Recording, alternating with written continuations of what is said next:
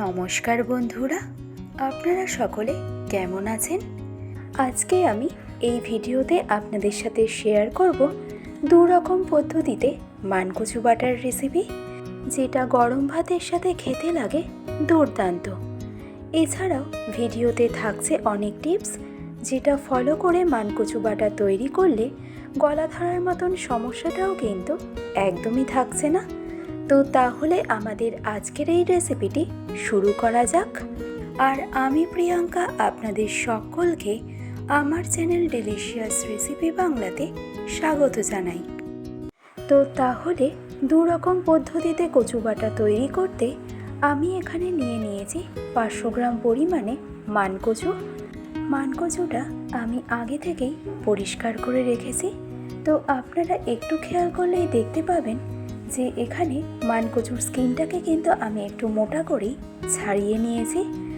আর তারপর সম্পূর্ণ মানকচুটা এরকম ডুমো ডুমো করে কেটে নেওয়ার পর মানকচুটা 2 থেকে 3 বার জল বদলে বদলে ভালো করে ধুয়ে পরিষ্কার করে নিয়েছি।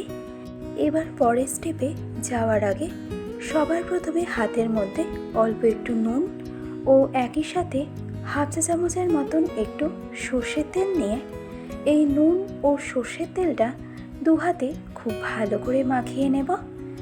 এতে মানকচুর বাকি প্রিপারেশনটা করার সময় হাত চুলকানোর মতন যে একটা সমস্যা তৈরি হয় সেটা কিন্তু খুব একটা হবে না।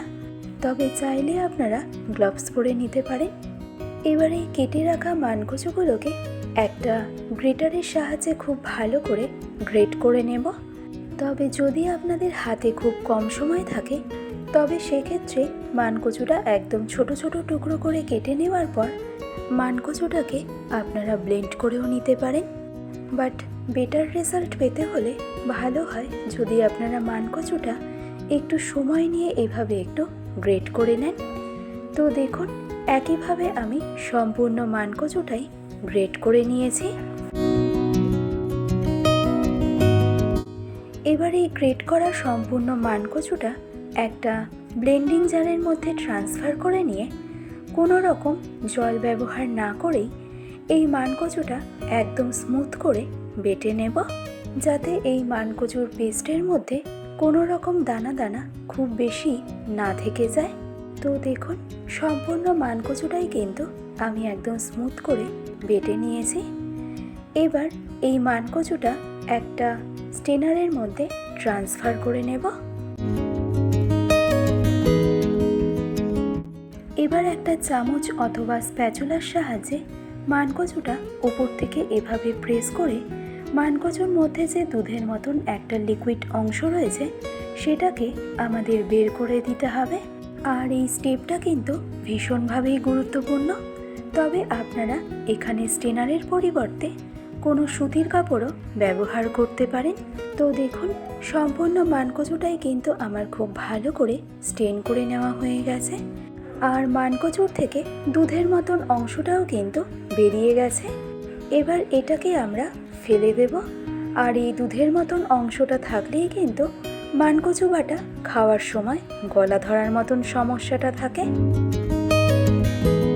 তো এবার আপনারা দেখে নিন প্রথম পদ্ধতিতে মানকচু বাটা কিভাবে তৈরি করব। আর তার জন্য মানকচুটাকে স্টেন করে নেওয়ার পর অর্ধেকটা পরিমাণে মানকচু আমি ট্রান্সফার করে নিলাম ব্লেন্ডিং জারের মধ্যে। আর তাতে একে একে অ্যাড করে নেব প্রায় 3 থেকে 4 টেবিল চামচ পরিমাণে নারকেল কোড়া। নারকেল কোড়া কিন্তু এই রেসিপিতে মাস্ট। এবার আমি অ্যাড করে নেব স্বাদ অনুসারে রেগুলার সল্ট ও তারই সাথে অ্যাড করব 2 থেকে 3 চা চামচ পরিমাণে কালো সর্ষে। আর সবশেষে ঝালের জন্য পরিমাণ মতো কাঁচা লঙ্কা। এবার কোনো রকম জলের ব্যবহার না করে এই সবগুলো উপকরণের থেকে একটা স্মুথ পেস্ট তৈরি করে নেব। আর তাহলেই আমাদের প্রথম পদ্ধতিতে মানকচু বাটা কিন্তু একদম রেডি। আর এই মানকচু বাটা গরম ভাতের সাথে খেতে কিন্তু জাস্ট অসাধারণ লাগে। তো এবারেই মানকচু বাটাটা আমি একটা সার্ভিং বোলের মধ্যে ট্রান্সফার করে নিলাম। আর তাতে অ্যাড করে নেব 1 চা চামচ পরিমাণে কাঁচা সর্ষের তেল ও একটা কাঁচা লঙ্কা। তো এই প্রথম পদ্ধতিতে মানকচু বাটা আপনাদের কেমন লাগলো সেটা আমাকে অবশ্যই জানাবেন। এবার দেখে নিন সেকেন্ড পদ্ধতিতে মানকচু বাটা আমি ঠিক কিভাবে বানাবো। আর তার জন্য মানকচুর দুধটা খুব ভালো করে স্টেন করে নেওয়ার পর বাকি অর্ধেকটা মানকচুর পেস্ট আমি ট্রান্সফার করে নিলাম ব্লেন্ডিং জারের মধ্যে। আর তাতে একইভাবে আমি অ্যাড করে নেব প্রায় 3 থেকে 4 টেবিল চামচ পরিমাণে নারকেল কোড়া, সাথে স্বাদ অনুসারে রেগুলার সল্ট ও 2 চা চামচ পরিমাণে কালো সর্ষে ও ঝালের জন্য কাঁচা লঙ্কা।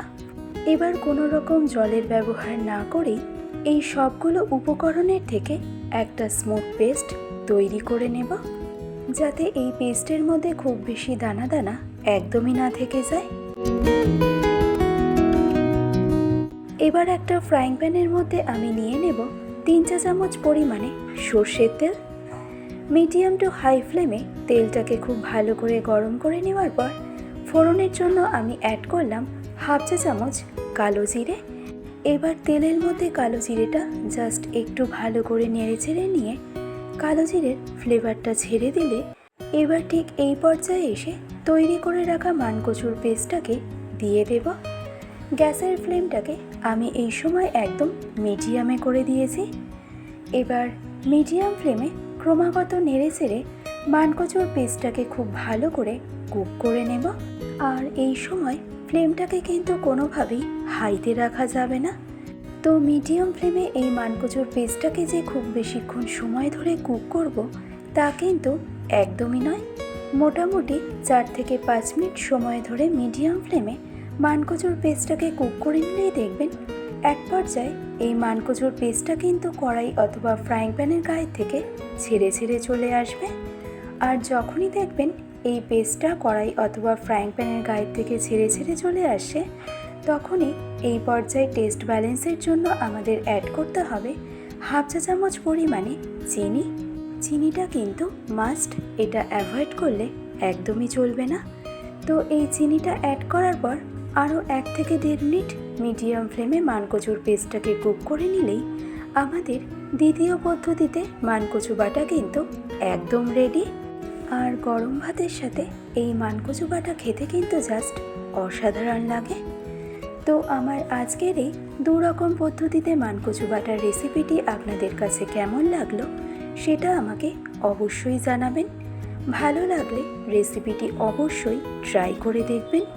আশা করছি আপনাদের সকলের ভীষণই ভালো লাগবে। আজকের ভিডিওটি তবে আমি এখানেই শেষ করছি। ভালো থাকবেন, সুস্থ থাকবেন। ধন্যবাদ।